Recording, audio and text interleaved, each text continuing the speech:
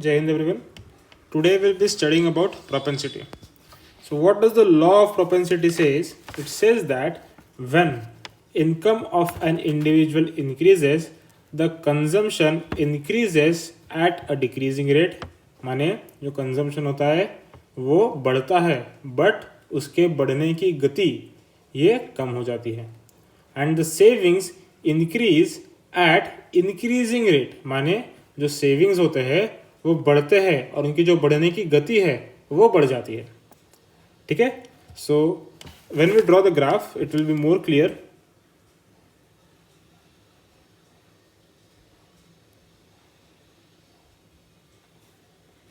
On the x-axis we take income. On the y-axis we take consumption and savings. Okay. On the y-axis we take consumption and savings. ठीक है. So when we will draw the graph for consumption, we will consider y-axis as consumption. When we will draw the graph on graph for savings, we will consider y-axis as savings. ठीक है. So this line is income equal to consumption or saving. ठीक है. Depending on the graph which we are drawing. So firstly let us draw the graph for consumption. Law क्या कहता है? जब income बढ़ता है तो कंजम्पशन बढ़ता है बट उसके बढ़ने की गति कम हो जाती है. ठीक है. So there will be a certain minimum consumption, then this will be the graph of consumption. It is increasing but the rate of increase is decreasing. Okay. And this is the minimum consumption which an individual has. जाहिर सी बात है कि एक individual की जो ज़रूरतें है, ठीक है, उसके पास पैसे भी नहीं रहे तो भी उसकी ज़रूरतें कुछ मिनिमम होते हैं, जैसे खाना या फिर पानी. ठीक है. So these are the minimum और which you can say the mandatory requirements. Clear. This is the graph for consumption. Now we'll draw the graph for savings. ठीक है. एट द स्टार्टिंग जब अपने पास कोई इनकम नहीं है, अपना कंजम्पशन तो रहेगा, जाहिर सी बात है, तो at that time we will be dissaving. ठीक है. हम लोग कुछ सेव नहीं करेंगे, उल्टा हम लोन लेके या फिर मतलब भीख मांग के अपन गुजारा करेंगे. Okay. So we are dissaving. ठीक है. सो the law says the savings increases at increasing rate. The savings increase at increasing rate. Okay. The savings increase at increasing rate. So this is the graph for savings. Okay. This is the graph for savings.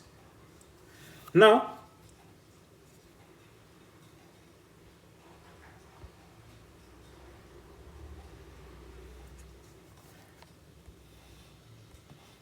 what is average propensity to consume? Okay. What is average propensity to consume? Average propensity to consume is, it is basically the, like, over a period of time, it is the ratio of consumption to the income. Consumption to the income. As you take it over a period of time, we say it is average consumption because consumption is not same at all the times, upon average income. Okay. Because also income varies. So it is the ratio of average consumption and average income. This is average propensity to consume. अभी हमें जो questions पूछे जाते हैं they are basically from the marginal propensity to consume. ठीक है. They are from the marginal propensity to consume. Marginal propensity to consume is, it is the change in the consumption and change in the income. Okay. It is the ratio of change in consumption upon change in income. Okay. So this is very very important. यहाँ से question पूछे जाता है. Clear. Now what is average propensity to save? जैसे average propensity to consume था उसी प्रकार से एवरेज प्रोपेंसिटी टू सेव है. ठीक है. Average propensity to save. What is average propensity to save? It is average savings obviously over a period of time upon average income. Okay, average savings upon average income. Clear? Now जो हमें question पूछ जाते हैं जाहिर सी बात है, जैसे आपको पता चल गया होगा कि they are not from the average propensity to save, they are from the marginal propensity to save. Marginal propensity to save, इसका क्या होगा? Change in savings upon change in income.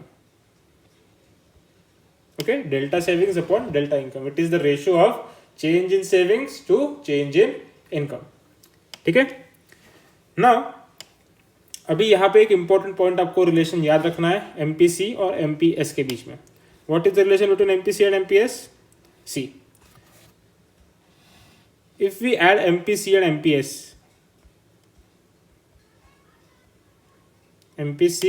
MPS, it comes delta C plus delta S upon delta I. Alright, so it is basically delta C plus delta S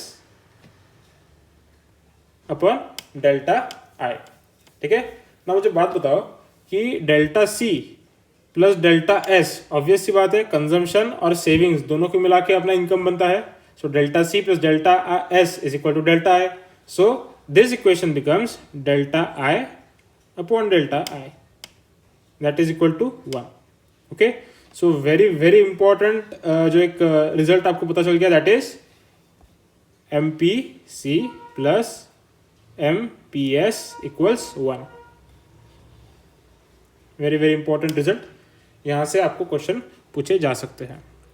ठीक है. Now will move on to the another section from which the questions are asked.